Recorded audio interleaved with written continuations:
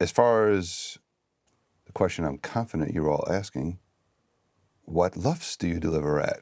What overall volume do you deliver at? I have no idea.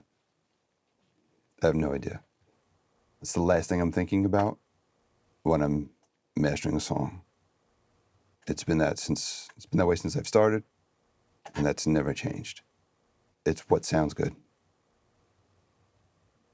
There are times when you can push a song painfully into gain infinity, and it holds together, and it just sounds great. And then there are other songs that even at low, modest volumes, they break up and are not pleasant. So it changes from song to song, it changes from genre to genre, it changes from mixed tracking to tracking. I never look at the meters and go, oh, it's past this number, it should be at this number. Never. And you shouldn't either.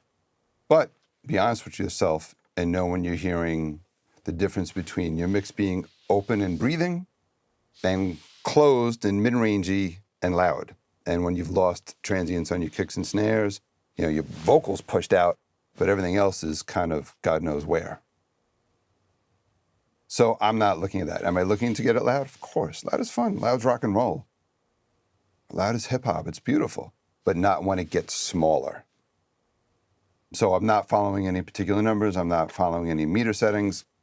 That's just, that becomes, you're making math and not music.